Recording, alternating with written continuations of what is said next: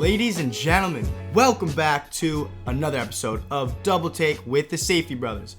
My name is Alex Safety. I'm here with none other than my twin brother, Johnny Boy, Johnny Rock. We're back. We are back. It's been a minute. I feel like we say it every time, but we're going to keep saying it. Maybe that's a catchphrase. It's a busy year for everybody. Busy year, yeah. You know, we are freshly vaccinated. Feel those antibodies flowing through the veins. No, let's do some quick Vax corner. Yeah. So I got Johnson & Johnson. Uh-oh, that's a little sketchy. And here we are now, a week later, and now there's all the CDC is sketchy calling stuff coming out for a recall of the vaccination. Well, not a full. Are they a full recall? No, they called for a recall because in certain good news states. For you. I think they say about like 7 million people have been vaccinated with Johnson & Johnson, and there's been 6 people. All of them were females. Right. Who have and they were on birth control, some blood clot situation. So I think, John, you should be safe. I think I'm good, but I'm on that Johnson & Johnson wave. I hit the one and done shot, just like Zion Williamson with his one and done year. But Alex, you're still not fully vaxxed yet because you gotta wait for that second dose. Exactly, going back in 2 weeks. So looking forward to it. But enough of vaccination talk. Today we're gonna talk about lots of different things in the NBA.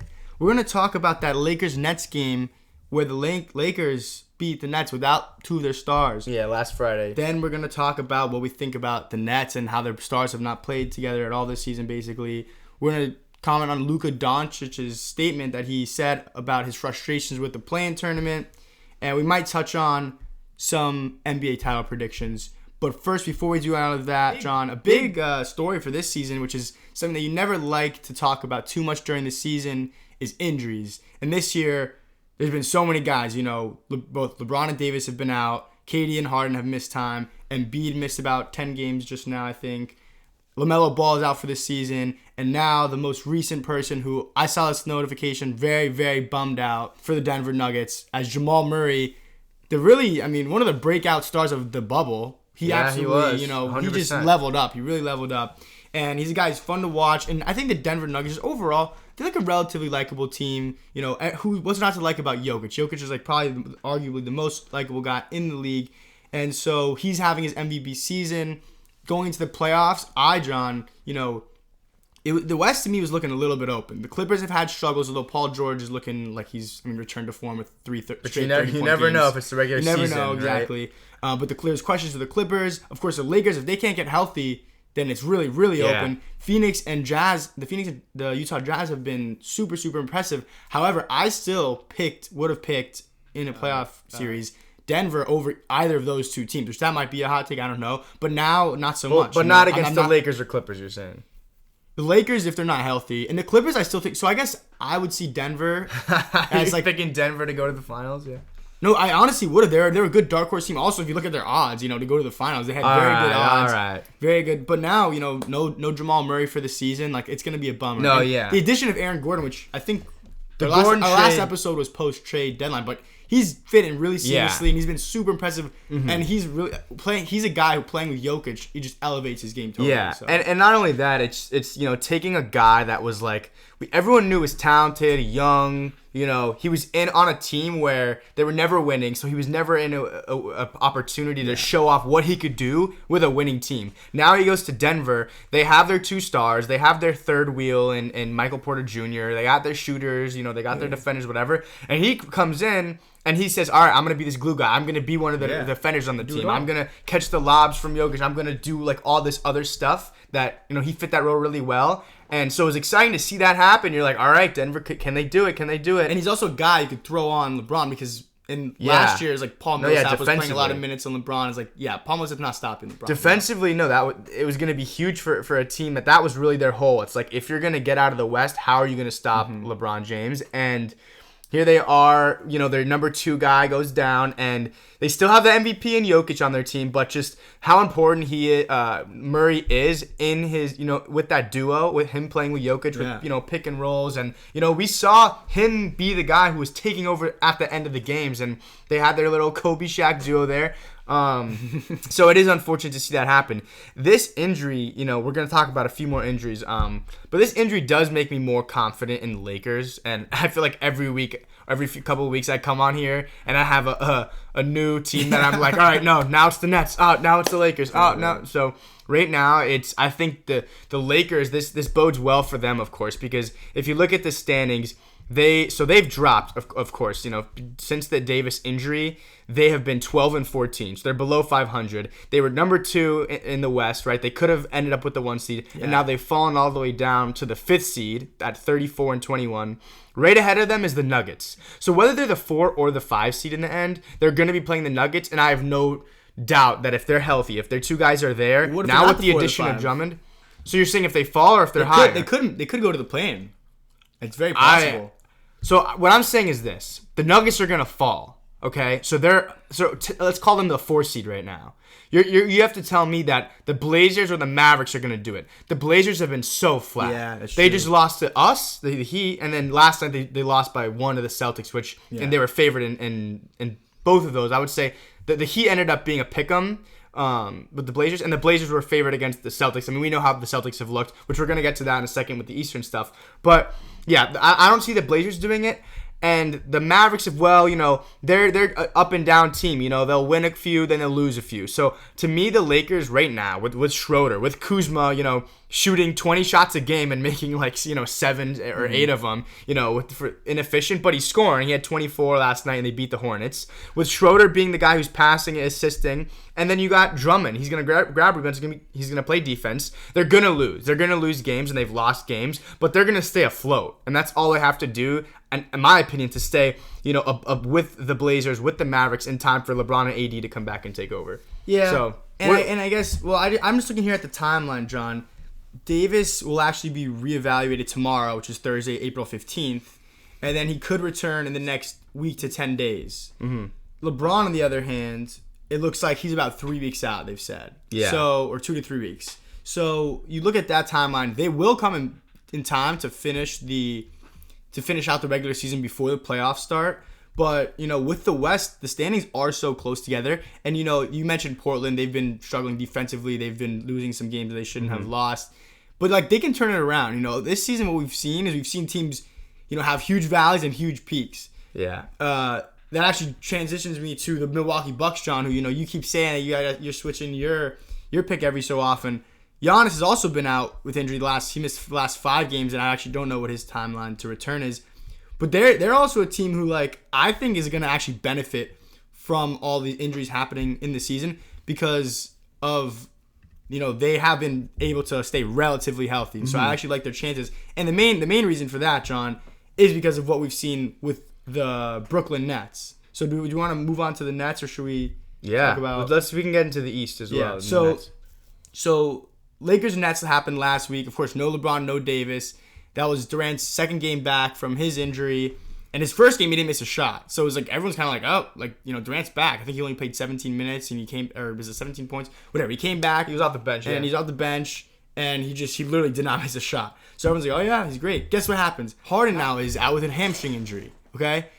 After the game versus the Lakers, Kyrie gets thrown out. Now he's missed 2 games. So I think the biggest issue with that team, and I've been saying this kind of all season long, is my concerns with Kyrie, with kind of their big 3, how they were going to work. And I have talked a lot about injuries. Obviously, you can't bank off a team being injured, but these are 3 guys who, right now, they've been a lot out of the lineup. So what do you think that means for them? What are you saying? Because, we say, oh, they're injured, they haven't played with their 3 guys, and then we look at the standings, and is there anything to worry about? They're tied for first. They were in first place for a while. Now the Sixers, now that Embiid's back, the Sixers have tied them. They're playing tonight. It's going to be a huge game. They're both 37-17. Yep. They're playing for the 1 seed tonight. But what are we worried about with that? Well, here's my main concern, John. When you get into the playoffs, I think something that becomes underrated is the continuity of the team and the chemistry and the fact that all the teammates have played together. When you get into the end of a game and it's a 2-point, 3-point game, you're down 10 and going into the fourth quarter, you need to pull together a comeback. The idea that you look to your left and right and you riding with your teammates and that you guys have been through it, and you have so much faith in each other, which I think Durant and Harden and Kyrie do have that. But at the same time, here's a fun stat. I saw this on ESPN The Jump. Their 3 stars have only played, guess how many games together? Do you know? 7 games. Yeah, only wow. 7 games together. I wouldn't have guessed 7, but So- I knew it was like under 10 probably. So, which is unprecedented for a quote unquote big 3. So I don't know how the jump designated, that term big 3, but they said the fewest games to be played together in a season by a big 3, and then they won the championship. In 98, Jordan, Pippen, Rodman, they played 42 games together. In 2018, Durant, Curry, and Thompson played 43 games together. In 2012, Miami Heat Big 3, James Wade, Bosh, 44 games together. 2016, James Irving, Love, 45 games together. So when you look at it, and I think there's a lot of factors. They traded for Harden later on this season. The fact that it's a COVID year, it will be there are going to be less games by the end of it. But Kevin Durant has missed 23 games, and as soon as he's back, Harden's out of the lineup, and Harden might return. I think he might return tonight, but it's unsure. He might play after that. Yeah. And then, but Kyrie, I don't know if Kyrie's playing tonight either. So the game, this is a big game we have circled on the calendar. The Nets and the Sixers, top 2 teams in the East, have the same record, but we don't even know if James Harden and Kyrie Irving are going to be playing. So it's like, and then I really think you get into the playoffs, and you're going to be playing against Milwaukee, who like most of their team has played together. The Sixers, they've mostly been together intact throughout the season. And like a dark horse team too that everyone's going to sleep on is our Miami Heat. Like even though we've had a lot of mixes and matches and moving our pieces, and who knows about Oladipo, maybe we'll talk about that after. That team is a team that we've made a run in the bubble, and we have a lot of continuity. And the Nets don't really have that. Yeah, I mean, listen, right now the way the Heat have looked, you could throw that out. I get we were making the argument at the bubble, but this is it. Don't sleep. You can throw out all those other big 3s as well, because there's never been a big 3 like this. Okay, from the beginning. When they came together, I said it wasn't going to be an issue of on the court, fitting together offense. It was strictly going to be defense. And I still believe that's their problem. Yeah. I'm not worried about continuity. They're an Olympic team. They're an all-star team. And they're not going to have an issue, I don't think, when they come back, because they have figured out. Yes, it was only 7 games. There's 20 games left. Hopefully, we're going to see the 3 of them. I don't think the Kyrie thing is going to take too long. It's his personal reasons again. I don't think Harden's injury is going to last or linger too long. KD's back. And now they got LaMarcus and Blake doing their thing. Like, they're going to stay afloat. And you're right. They're going to get into the playoffs and maybe not have that much time under their belt, but then they're going to have a 7-game series against a team that they're going to blow out. Okay, whichever team it is down there in the 7 or 8 spot. Mm-hmm. They're going to blow them out. And then they're going to have the second round, which that'll be a test, the second round. But I think by then, it's not going to matter because they would have played enough games together. They're the most talented big 3 ever. I mean, arguably, maybe you could say Klay, Steph, and and KD, you could argue close. But I'm saying they're the most talented. So yeah, it is unprecedented that their 3 stars have only played 7 games together, but they're also an unprecedented big 3, and they can still get the job done. If the Lakers are healthy, I don't know if I would pick them against them because of the defense still, but I'm still right now going to pick them to come out of the East. Well, that's my thing is like they have, the potential chemistry issues. You have potentially you don't even know really how committed Kyrie really is. Maybe he's just phoning it in because he wants to win. You're right, because it's the regular season. But then, like you said, defense is going to be huge because you look at the teams they're going to have to play against in both the Eastern Conference and the Western Conference. Andre Drummond just bodied LaMarcus Aldridge. He had 20 points and he was 8 for 15 in shooting. Andre Drummond did that to them. Now you look at who else they're going to have to play. Joel Embiid. Yeah, maybe Sixers Bam could beat Adebayo. them. The Sixers can definitely Giannis Antetokounmpo. Then you have to go and play not only Anthony Davis, you have no answer for, who's going to be giving good minutes on LeBron. Yeah. It's probably Jeff Green, which if that's the best option, or KD maybe. Yeah, or KD, but then you look at what lineup you're going to have to play, who's going to guard Davis. And so I think at that point maybe it will just come down to which team is healthy. But I think the other thing, John, is you can look at it and who's the best team in the East? Yeah, on paper, it's definitely the Nets. But something that I think Rob Perez he's a Knicks fan. He has been saying on Twitter is we want Knicks Nets. We're gonna give them a hard fought 7-game series. No, he's fine, and he's fine. It's all right, fine. Maybe they get blown out in 4 games, but he's we're gonna make them. They'll still won maybe. All right, but whatever. We're gonna make them hurt, and they're gonna be limping into the next series because that's the hard nosed Tom Thibodeau style of basketball the Knicks are playing. Then let's say you go and play they're Miami going to score or so many Philadelphia. points against the Knicks that it won't matter though. Okay, the Knicks are going to have a brawl with them. That's fine. but it's not going to mean anything.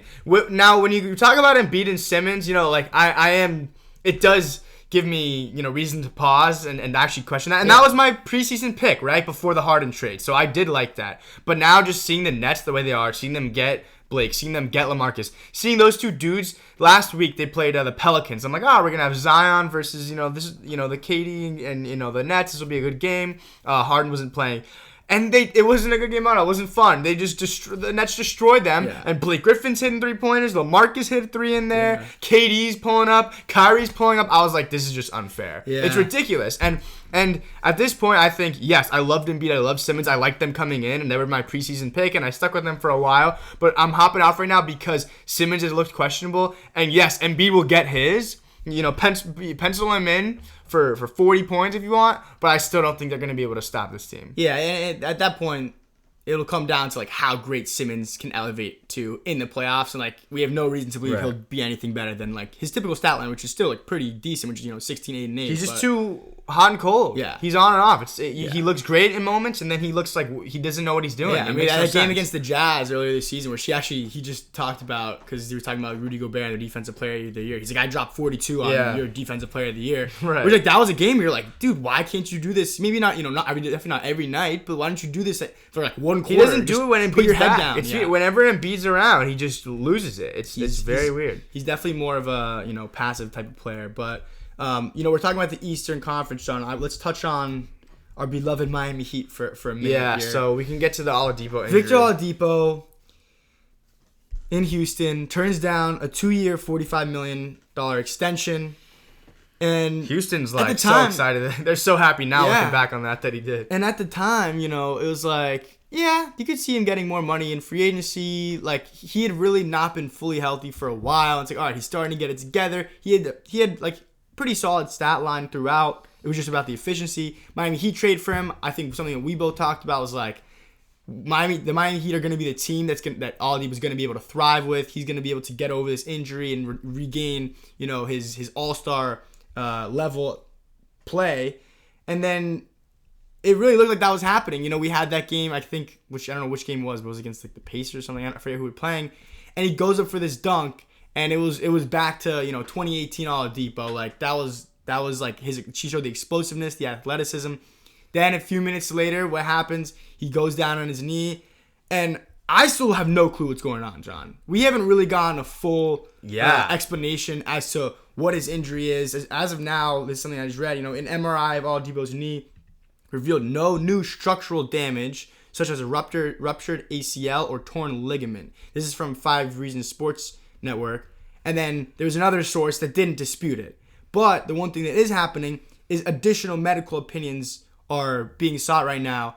And, so I guess the team doctors have looked at him. They haven't given a timeline, but now he's looking at other doctors. And he's a guy who, the past few years, his knees haven't been right. So I'm definitely really worried. I'm not overall, really worried for the Heat necessarily, because we didn't give up too much for him.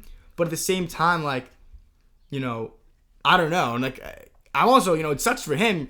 If he gets an injury, he's not going to be able to get paid this summer. No, he's definitely not getting paid. I mean, the report already came out that the Heat aren't going to give him anywhere near a max deal. And I think this was the trade we made. And if we could have gotten Lowry, that would have been huge. But we would have been giving up a lot. We would have been mortgaging our future and giving up a guy like Duncan Robinson, Precious. I mean, I don't think we would have put Hero in there, but who knows? If we had thrown Hero in, that's what we would have been doing. Yeah. But we took the low risk deal. It was Victor Oladipo. We said we know what he's been in terms of how injured he's been the past few seasons, and he hasn't gotten back to his all-star level that he was at in 2019 when he was looking great. And so just to look at it, it was a high reward, low risk deal. Low risk. It could have been a huge payoff having a third star who's averaging 20 points per game. But then we also knew he could end up being injured. This was the reality. It was very possible, and it's happened. So the thing with just the Heat in general, though, we've been a 500 ball club all year. We needed something to jumpstart us. I'm looking at how LaMarcus looked. I talked about him in that Pelicans game. You know, he gets his little post move. He still has it, and if he's gonna step out every now and again, he could hit a three. Right now he's 4 for 5 threes in the 5 games that he's played. So listen, I wish if he would have come to the Heat, oh my God, he would have been huge putting next to Bam. Our rebounding numbers have not been great the past few nights. I mean, we got. I forget who we played the other night, but we had like 30 rebounds. Bam had 3 rebounds. Yeah. Bam, 3 rebounds. Come on, this is supposed to be our most improved player last year, potential defensive player of the year. Like, come on, Bam. I mean, and everyone's been saying he needs to be more aggressive, but just with the Heat in general, we've been a 500 ball club on year round, and I'm a little, and you know, it's sad as a Heat fan to be saying this. I hope we can get in, we can make some noise in the playoffs. I think on the last episode I said that out east, I said the 2 teams that I liked. You know, we basically had Sixers, Nets, Bucks, and the Heat in there. And I said the 2 teams that I like to get in for the other 6th spot was the Celtics, which they've made that jump, and they're looking like, you know, they've won 4 straight. They're looking pretty good. And the other team I had was the Bulls, not looking great. Yeah. And we see Bulls LaVine, can't win. And it was on LaVine. I was basically saying I was betting on LaVine and Vooch to be a good duo and to make some noise and to go on a win streak. They haven't done that. They've lost 3 straight. LaVine dropped 50 the other night, and Vucevic had 25. No one else. I think one guy had 11. Everyone else on their team, just not Patrick Williams and Thaddeus Young, 2 starters, had like 4 points each. You know, so basically the rest of their team I just don't think is strong enough. You know, Thad Young looked like a nice role player. We thought, you know, Patrick Williams, he's still just too young. So the problem is they're not going to get in. The team that we have been underrating right now, the Hawks, and we need to talk about them for a little bit. They're 16-5 right now since Nate McMillan has taken 16-5 since Nate McMillan. I want to know what in the last 21 games. What's everyone's record? You know? No, yeah, they're one of the best. So right now they're the 4th seed. They're the 4th seed. So you know what? The Miami Heat, we're not in there. Oh my God, we're beating them. We're so good. Okay. We need to get. Well, guess what, Alex? We're the 6th seed currently. We need to top 6. Are we playing the Bucks in the first round? Hey, I mean, because all right, yeah. Who are you gonna pick? That's your. Well, you know I'm gonna pick the Bucks, so because I'm not gonna jinx my team. Well, that's what I'm saying. I don't think. Okay, well, legitimately though, I'm saying. But I also, you know what? I don't know if the Heat get out of the first round. It's not over yet. We still. I've been talking about all year, and it's just like I have no reason to believe they're gonna do anything else. Dude, we don't look great right now. We're only like a game behind the 4th and Dwayne Dedman isn't saving us. So yes, he is. No, he's not. But I think, John, it's interesting because we look at the top 10 teams in the East, and like those are the teams that'll either be in the playoffs or the play-in. And I think those are going to be the teams. You just don't know what order. Like the Raptors are the 11. I don't think they're pulling it together. Then the Wizards, man, I've been hoping and praying all year long they can figure it out. Russell Westbrook continues to put up absolutely ridiculous stats. He's averaging a triple-double right now. He's still averaging a triple-double. It's not even impressive anymore because of how many times he's done it. Which... That's a whole other thing we can talk about. It's like, what does that even mean? He's averaging a triple-double, and now literally no one cares when, 5 years ago when he did it, whatever, 3 years ago, it was the biggest deal. And it's something that Oscar Robertson has that's been his claim to fame mostly all along, the averaging triple-double. Now Westbrook's doing it. That's honestly might be a good argument for why, like, this league maybe isn't as actually good as the past leagues because of, there's the inflation of stats, whatever. Anyway, I know. I think you take it for what it is. He averaged a triple-double. What does that mean? He has 10 assists, 10 rebounds, and 21 points or whatever he's averaging. Yeah, he does that, but guess what? Their record is like 20-35 right now, so they're not winning. That's neither here nor there. But anyway, I do anticipate that none of those other teams are going to make it into the play-in.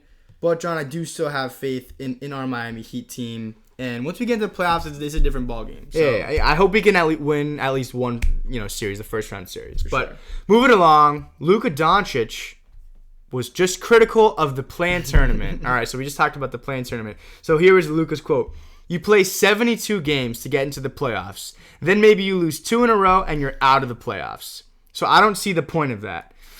So here I think it makes sense. The Mavericks right now, they're the 7th seed. So Luka's saying. So just to clarify for any listeners that aren't sure, the way that the playoffs usually work, right, are there's seeds 1 through 8, and the 8 plays the 1, the 7 will play the 2 seed, and so on. Now, because just of the 10 games being cut out of the season, the NBA kind of wanted to experiment. This was the right season to do it, and now we have this play-in tournament. So the 9 and the 10 seeds still have an opportunity to make the playoffs. So right now the way it would work is the 7 seed would play the 8 seed, and the winner of that is the 7 seed. Then the loser of that, so let's say that the 7 seed won and they're in. The 8 seed loses. Now they play the winner of the 9 versus the 10 seed. And then that winner is the 8 seed. So Luka's basically saying, we're the 7 seed now, but we don't know. What if we draw like, the Warriors at the 8 seed or the current 8 seed is the Grizzlies. So let's say we play the Grizzlies, we lose. Now we're playing the winner of the Spurs versus the Warriors. We know Steph Curry's capable of. Luka's like, I'm not going to be able to guard him. He just had 53 the other night. That'd be ridiculous. Right? So he's like, now I just lost to John Morant went off for one game, and Steph Curry goes off for one game, and now we're out of the playoffs. And we played 72 games to get to where we are. And part of me is like, all right, Luka, like, stop whining, like, just put your head down, keep winning. Like, I know your team isn't giving you the most help right now, but you can get a top 6 seed right now. But then you also say, no, look how good the West has been. Right now, it's Jazz, Suns, Clippers, Nuggets, Lakers, Blazers. Those 6 teams are all pretty great. The one I would say, the Mavs should get in over, like, you can be better. You can be better than the Blazers. Come on, Luka. Totally. I mean, you're a better player than Damian Lillard, and I wouldn't say Damian Lillard's help is that much better than yours. I mean, CJ McCollum, you could say. I think it's pretty even. I mean, Porzingis has been looking great. He's been looking better offensively. Defensively, he's still not been too great. Yeah. Still pretty slow. So yeah, the Mavericks have trouble defensively. But listen, I mean, Luka's worried now because they just dropped a couple of games. The Grizzlies are on their tail, and I get it. But at the same time, for the league, from the business perspective, this was a great thing to do. Now the last 20 games, they matter. Right now, we would see the Jazz resting and the Suns and the Clippers and the Lakers. Everyone would be resting their guys right now. But instead, what we're not going to see Giannis take nights off. Well, actually, Giannis will in the Eastern Conference. In the West, it's more meaningful, though. These teams know that if they rest their guys now, there's a huge, enormous impact on that. For sure. And just to Alex, before we go to you, Mark Cuban, the owner of the Mavericks, he agreed with Luka. He said, the play-in is an enormous mistake. And this is his quote: "The worst part of this approach is that it doubles the stress of the compressed schedule. Rather than playing for a playoff spot and being able to rest players as the standings become clearer, teams have to approach every game as a playoff game and to either get into or stay in the top 6, since the consequences, as Luka said, are enormous. So players are playing more games and more minutes in fewer days." So he honestly sways me a little with that, but and just thinking about all the injuries, like we said, like LaMelo and Embiid and Harden and KD, LeBron, AD, all these guys have missed time, and now Jamal Murray. Maybe that's true, but at the same time, we're just getting into the last 20 games. So if he's right, these last 20 games are going to be the games where we don't see a guy like Luka rest, because Luka can't rest because he needs to get into the playoffs. Yeah, and I think they definitely have a good argument. It's actually an argument that I really hadn't considered previously. Like, when I saw that, I was like, oh, you know what? Like, yeah, it's a good point. Like, I honestly wasn't thinking. Because, guess what? I'm a fan. And as a fan, I love the plan. As a fan, I love that. I mean, you look at the NBA's kind of maybe one of their bigger problems over the last, I don't even know how long, like forever almost, was that the regular season games, people always said they weren't as interesting, they weren't as fun to watch.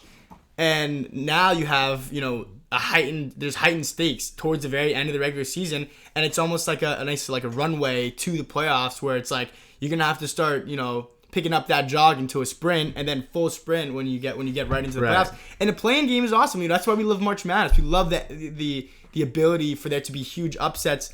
And in this case, you look at, like you said, the West, like Steph Curry in a 10 seed, like he can make it up to the 8, I guess, right? That would be the best case scenario. At the same time, I'm saying, like, Luka, come on. Like, the Warriors have not been great. They're 26-28. Like, I mean, but you're right, but John, we know this, that in one game, anything can happen. That's true. And absolutely anything can happen. And, like, God forbid the Lakers get into that game. I think I actually recently saw, I don't know who did it. It wasn't ESPN or The Ringer. Someone had, like, a percentage. I think it was The Ringer. Like, percentage to get into the play-in. Or maybe it might have been 538. Anyway. And it was like the Lakers have a 94% chance that they're not going to be in the play-in. So it's like, that's actually out of the question, which I'm happy about. Right, yeah. But then again, I just think overall, like, wouldn't that be crazy too? Wouldn't that be kind of fun? Like, LeBron has to play in the play-in, and then, like, could you run the table and make it to the conference finals? I mean, that would be fun, hypothetically, but yeah, it's not going to happen. And again, with the Mavericks, like, Luka, you're the 7 seed. Like, all you got to do is win one game, and you're in. right? So don't lose 2 in a row. And yeah, it sucks and it's hard. The Spurs have not been great. The Warriors have been very, very on and off. They're 4-6 in their last 10. I mean, yeah. Steph Curry had 53 and they won. That was actually the night that Jamal Murray tore his ACL. But, do your job. Like, keep going, Luka. You're an MVP caliber guy. You can get in. John, before we wrap up this episode, there's a team that we have to show some love to that we haven't talked about too much throughout the season. They're the hottest team in the NBA currently. They're the team that's shooting up on everyone's power rankings, that everyone's starting to say, especially with these injuries, and then now the Nuggets and the Lakers, there's questions. Everyone's starting to throw some money on them. It's the Phoenix Suns, John. They're 9-1 in the last 10 games, and they beat Utah last week. Was it in overtime? I actually didn't watch the game. Yeah, no, it was a close game. I don't remember about the overtime. But then they dropped one the next night to the Clippers. But I think I think they're a team now that I have a lot of faith in them, in the ability to just there's no team in the West right now as currently constructed that I'm like they can't beat that team. And that's really exciting. Bill Simmons just recently talked about which would be the most fun outcome for the NBA title, for who to win the NBA title. And he kind of made this argument that Phoenix, even though you might think it's LeBron or the Clippers getting one or Utah, whatever the case may be, Giannis getting his first. You look at the Suns, and he said they're a team that if you look back in history, they have the most what ifs. It's what if this didn't happen? Not just someone got injured or what if they did this or that. It's there's so many even the draft too. A few years ago, they could have drafted Luka Doncic. They had Luka Doncic and Devin Booker. But guess what? I think they might even be better equipped now to win the title. I mean, look, they are better equipped than the Mavericks. Not for the future. Yeah, you got this zombie Chris Paul at age 36, looking like he's gonna. His plant-based diet now it just revolutionized his career, and now he's gonna play for a few more seasons. Too. Yeah. And so they're looking great, John, and I really like them. I honestly do like them better than the Jazz, and I don't know if that's recency bias because of that game, but I think that I trust that they have, it's the equivalent of all right, Mike Conley and the younger guy Donovan Mitchell versus Chris Paul and Devin Booker. Donovan Mitchell and Devin Booker, to me, is pretty close. I honestly don't even know if I favor one or the other, but I can tell you for a fact that I definitely favor Chris Paul over Mike Conley. Yeah. So I'll give you that. Of those two teams, I do like the duo of Chris Paul with Devin Booker more. However, I think these teams, those two specifically, are just most equipped to be regular season teams. I think you need so for example, when I look at the Suns and so we talk about the Jazz game, but the game a night later was a little more telling. And I know that it was right there on the road. It was right after, whatever. But the Clippers, to me, proved to me all right, we look at the Clippers' 2 stars, Paul George and Kawhi versus Booker and CP3. They're those 2 stars. I don't think I can pick against the Kawhi Paul George duo, even though we know how bad they were last playoffs. I just think that those 2 guys, as bigger defensive guys, compared to CP3 and Devin Booker, they'll have more of an impact. They can impact both sides of the floor. And I know CP3 can lock down, on Pat Beverly, or they don't have Lou, or I guess Rondo. He's going to have to play defense on Rondo. I just think that Clippers team, I'm going to take. Similarly, I don't see them having really an answer for LeBron and Anthony Davis if they're healthy. So that's why I'm more sure about the Lakers after seeing, the Nuggets be injured now, because now the Nuggets are going to be falling as the Lakers kind of try and stay afloat. Like I said, they're 12-14 since AD has been out.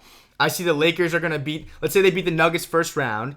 Now they draw, let's say that it's going to be probably the Jazz or the Nugget. The Jazz or whatever 8 seed. It probably won't be the 8 seed. Yeah. They draw the Jazz in the next round. I'm going to pick LeBron and Anthony Davis over the Jazz.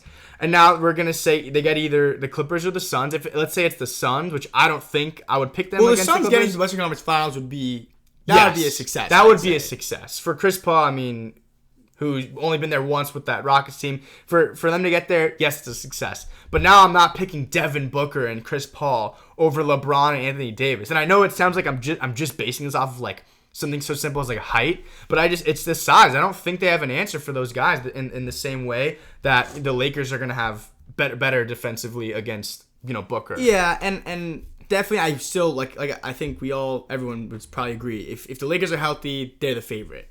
But I do really like I favor the Suns because, over the Jazz, for example, just because I like the fact that they can throw out either Mikal Bridges, Cameron Johnson, or Jay Crowder. They have better wing depth and better wing defense, in my opinion, which is why against the Clippers, they have, Kawhi and Paul George, who, no one's going to stop. No one is going to stop either of those two guys, but they have young defensive wings who can make their jobs a little harder. But that being said, I think me included, I think a lot of people now are actually sleeping on the Clippers. But so that honestly, right now, they're a team that could just fly under the radar. I think every team is slept on in some regard. Yeah, the Jazz is a 1 seed, not seen as legitimate. I'm making the argument against the Suns as well, not fully legitimate of a title contender. The Clippers because of last season. The Lakers now because of injury. The Nuggets, everyone seemed to start joining that bandwagon. Now they have this injury. So it is fun that we can really say it's wide open. More than in previous years. Yeah, more so than in previous years. I do love Chris Paul so much. I would love to see the Suns go to the Western Conference Finals. I would be happy if the Suns made it to the finals. And I didn't place a small wager of $5 for the finals matchup to be Nets versus Suns because it was plus 1,800. That was by far the best value you could get. I want Bucks Suns. That's gotta be plus at least 2,000. 2,000, 3,000, yeah. I don't know. That one definitely seems a lot more rare. Another just fun tweet as we're on the Suns. Chris Paul should jump around to rescue a different NBA franchise each season, like Gordon Ramsay showing up to turn around a failing restaurant. Hardwood Nightmares. That was by Jared Wade. No, that tweet's hilarious. I honestly, I don't know why he wouldn't do that. Because think about it. If he stays with the Suns for a few years, you'll win 2 rounds of the playoffs 1 year. Maybe you get bounced in the first round 1 year. And, maybe they can make it to the conference finals. But that's it. Whereas, he went to OKC. Now he went to the Suns. Now next year he should go to, the Knicks, and just take them. Well, I definitely think he's a guy who, if you have to, bet which of these current NBA players will end up as a head coach one day, I could definitely see him as doing that. Yeah. He's someone who's extremely competitive. 2 former point guards, Steve Kerr and Steve Nash. Those guys have, fiery competitiveness, and Chris Paul has the same thing, and you do see a lot of point guards end up being great head coaches. I would hope to see that. I think he could, and that's the thing that's as someone who really loves Chris Paul, and I also am a pretty big Devin Booker fan, to see the video clips of them on the sideline, Chris Paul essentially coaching him, and you can see it. And it's just so honestly just heartwarming for me as a huge fan of Chris Paul, and it's a bummer because he's a guy who I think his legacy is going to be how great he was, but he never won, and he never even got really close. Similar to Malone, Barkley, Stockton. But if he never makes it to the finals too, that's just something. Well, but I don't think it is that. I think he's going to be known as one of these just GOAT point guards, right? Yeah. As a guy who, and we're going to look at this. Oh, he went to the OKC. They were supposed to be a horrible team. He went to the Suns and he took them, and now they're a number 2 seed. They're the 2 seed. That's a big reason because a lot of people thought they were going to be 6, 7, 8. Yeah, no, I had them around 4 or 5, and I think that so him, that's going to be looked at in his career. Yes, he didn't get all the way, but that's what I'm saying. This bouncing around idea, honestly, that's a bet. I think that's legacy points for him. Well, this year is definitely legacy points for him, no doubt, and he'll probably finish. He could end up finishing top 5 in MVP voting, which would not be a surprise at all. Yeah, I could see that happening. I definitely all NBA guy. Whether it's no doubt second or third team, one of those for sure. So, well, that just wraps us up for today. We'll come back at you either later this week, early next week. Thank you all for listening. Have a good one. Peace. Go Heat.